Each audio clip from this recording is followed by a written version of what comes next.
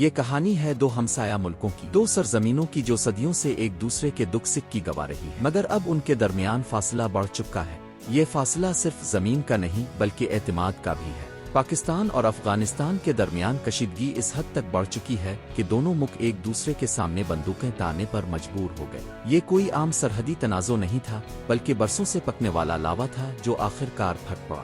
اس تنازع کی اصل جڑیں ان گروہوں میں ہیں جو برسوں سے اس خطے کے امن کو چیلنج کرتے آ رہے ہیں۔ پاکستان کا کہنا ہے کہ کچھ مسلح تنظیمیں افغانستان کی سرزمین سے آ کر پاکستان کے اندر کارروائیاں کرتی ہیں۔ افغان حکومت کہتی ہے کہ پاکستان اس پر ناجائز الزامات لگا رہا ہے۔ دونوں ملک ایک دوسرے کو مورد الزام ٹھہرا رہے ہیں، مگر نتیجہ صرف نقصان ہے دونوں جانب کے معصوم شہریوں کا۔ جب پاکستان نے اپنی سرحد کے قریب عسکری کارروائیاں شروع کی، افغانستان نے اسے اپنی خود مختاری پر حملہ قرار دیا۔ یوں لفظوں کی جنگ سے بڑھ کر بارود کی جنگ شروع ہو گئی۔ مگر سوال یہ ہے، اس سب کی جڑ کہاں ہے؟ یہ کشمکش آخر کیوں ختم نہیں ہوتی؟ اصل وجہ ایک پرانا زخم ہے، ڈیورنڈ لائن، وہ لکیر جو دونوں ملکوں کے درمیان کھینچی گئی، مگر آج بھی ایک فریق اسے ماننے سے انکار کرتا ہے۔ یہ لکیر صرف زمین نہیں باندھتی بلکہ خاندانوں، قبیلوں اور احساسات کو بھی تقسیم کرتی۔ یہ جنگ صرف بندوقوں سے نہیں لڑی جا رہی، یہ جنگ معیشت، روزگار اور مستقبل کے خوابوں پر بھی اثر ڈال رہی ہے۔ تجارت راک گئی ہے، بارڈر بند ہیں اور دونوں ملکوں کے عام لوگ سب سے زیادہ متاثر ہیں۔ مگر کیا اس جنگ کا کوئی حل ہے؟ جی ہاں، اگر نیت ہو تو حل ممکن ہے۔ پہلا قدم ہے مکالمہ، دونوں ملکوں کو میز پر بیٹھ کر بات کرنی ہوگی۔ دوسرا قدم ہے سرحدی اعتماد، پاکستان کو اپنی سلامتی کے خدشات دور کرنے کے لیے افغانستان کے ساتھ مشترکہ حکمت عملی بنانی ہوگی۔ تیسرا قدم ہے عوامی رابطہ، تجارت، تعلیم اور ثقافت ہی وہ پل ہے